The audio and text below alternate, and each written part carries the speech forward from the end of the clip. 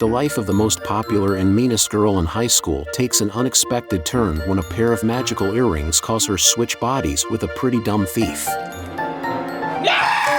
Now, trapped in this nightmare, she must find a way to get her body back while facing the consequences of her past behavior. The movie begins in an ancient African kingdom on the eve of a wedding, where a princess, determined not to marry, orders a servant to fetch her a pair of magical earrings. When the servant brings them, the princess asks her to put on one while she wears the other, triggering a spell that swaps their bodies without anyone noticing, allowing the princess to escape the unwanted marriage. Many centuries later, Jessica, the captain of the Bridgetown High School cheerleading squad, stood out not just for being incredibly popular but also for her talent for humiliating and manipulating others at will. With her friends' help, she always got what she wanted, whether it was manipulating the vice principal into passing her without exams, charming the ice cream vendor into giving her free treats, or pulling twisted pranks to humiliate anyone she didn't like, especially her archenemy Bianca, the captain of the rival school's cheerleading squad. That day, Jessica was drawn to a shop of ancient treasures, where she and her friends found several interesting relics, but it was a pair of beautiful earrings that truly captivated her. Convinced that the earrings would make her the center of attention at prom, she stole them upon discovering they weren't for sale, ensuring she had them that night. Okay, I'm all set. Later, while they were waiting to be served at a gas station, Clive, a pretty dumb thief who had just robbed the place minutes before, showed up, and thinking he was an employee, they asked him to help them, and as usual, they didn't miss the chance to make fun of him, not once, but twice. Oops. When the girls finally left, Clive found one of the earrings on the floor, as Jessica had gotten distracted while putting them on and dropped it without realizing. That night, Jessica's boyfriend named Billy came over to visit her, and although they were both deeply in love, when he tried to convince her to spend the weekend snowboarding together, Jessica rejected him, thinking he only wanted to get her into bed. However, that wasn't true, as Billy genuinely loved her and was willing to wait as long as it took. On the other hand, while Clive was going through everything he had stolen that day, he came across the earring he had found and without hesitation, he put it on to see how it looked on him, unaware that this would trigger the same magic from centuries ago. The next morning, Jessica wakes up not feeling anything unusual, but as soon as she goes to the bathroom to pee, she freezes in shock when she finds a little soldier between her legs. Her horror only grows when she looks in the mirror and sees a body that isn't hers. Desperate and unsure of what to do, she tries calling one of her friends, but when she doesn't get an answer, she quietly grabs some of her dad's clothes and rushes off to school. Meanwhile, Clive, who has just woken up, gets the same shocking surprise when he goes to the bathroom. Where's mine? Later, Jessica's best friend named April runs into a strange man who claims to be her friend. Naturally, April doesn't believe her, and in a panic, she sprays pepper spray in her eyes, causing her to fall down the stairs. April then takes advantage of the man being on the ground to run away, but Jessica shouts, revealing secrets only the two of them know, give her the confidence to slowly approach the mysterious man. Finally, her suspicion vanishes completely when they perform their special greeting, a gesture so unique that only Jessica could pull it off.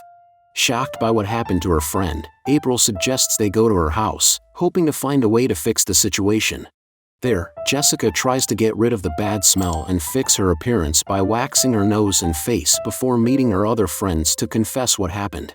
After satisfying the girls' curiosity about the size of her little buddy, Jessica and her friends start thinking about what could have caused her body swap, and they quickly agree that someone who hates her might be responsible. However, the conversation suddenly shifts to jokes about her banana, which bothers Jessica and sparks a pillow fight that ends with all her friends knocked out, due to the obvious strength difference between them. In the following days, Jessica got 2 jobs, one at her own house, where she took on the role of a gardener under the name Taquito, and another at her school as a janitor. Despite both roles being a challenge due to her lack of experience, they gave her the opportunity to be close to her family and friends. Her father even opened up to her, admitting that his relationship with his wife was over, something that deeply saddened her. Continuing their investigation, the girls visit Hildenberg, a classmate whom Jessica humiliated in front of the entire school a few days ago. Since Hildenberg is good at chemistry and works in the lab, they accuse her of being behind the incident and demand the antidote. Although she initially denies any involvement in the curse and refuses to help, hearing Jessica's suffering makes her empathize with her, so she decides to join the team. The next suspect, named Eden, another girl Jessica had annoyed, admits without hesitation that she cast many curses on her, but none of them worked, and since she knows a lot about spells, she suspects the real culprit is someone who practices Santeria and has a scorpion tattoo on their back. Convinced that Bianca is the one behind it, they decide to go to the nightclub she usually hangs out at, but before heading to the party, they try out different looks for Jessica, though none of them feel right. Since they're already at the mall, they try to get free ice cream like usual, but this time their trick doesn't work. Later, when the girls get to the nightclub and see Bianca dancing, they head down to challenge her to a dance-off, giving Jessica the chance to dance with her and check if she has any tattoos on her back. She hadn't found the one responsible for her misfortune, but that didn't stop her from owning the dance floor, learning to pee like a man with the help of a janitor, and coming out on top in a street fight to defend a friend.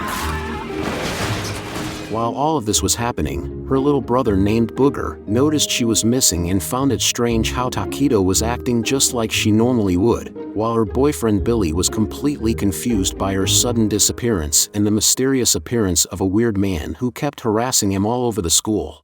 Fortunately, the girls find the earrings on a website for magical objects, so they head to the shop where Jessica stole them. When they arrive, the store owner tells them the story of the princess who wore them centuries ago and how she remained a slave for the rest of her life because she never reunited the earrings. Realizing time was running out, the girls started looking for the other earring to stop Jessica from staying trapped in a man's body for the rest of her life. The next day, while Jessica is working as Taquito, her mother, who hasn't been intimate with her husband in years, loses control and tries to kiss her. She only calms down when she learns that Jessica is into men, but then her mom gets sad, remembering her failed marriage. Seeing her like this, Jessica tries to cheer her up by suggesting a makeover to show her dad what he's missing. However, just as they're getting ready in the bathroom, her dad walks in, and the misunderstanding costs Jessica her job, but in the end, she manages to get her parents back together. Before leaving home, she ran into Booger, who told her he already knew her true identity and that no matter how she looked, he would always accept her for who she was. That night, Billy was driving alone, feeling down about Jessica's disappearance, when suddenly, he ran into Clive, the one who had been in Jessica's body all this time, learning how to be a woman. Unfortunately for Billy, the thief took advantage of his feelings, stealing both his money and his car, and if that wasn't bad enough, Clive even tried to run him over. The next day, Billy discovers the love of his life dressed as a bee at the state cheerleading competition, where Jessica's team is competing against Bianca's. Both teams put on an incredible performance, and even though Jessica loses her mask, revealing her face, they aren't disqualified since the rules allow janitors to participate, ultimately leading them to win the competition.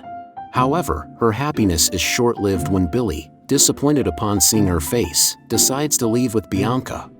Later, Hildenberg sees a news report about a beautiful woman who lured men into alleyways, where she would rob and beat them up. When she recognizes Jessica's body in the footage, she heads to the scene and finds a club card that might be linked to her.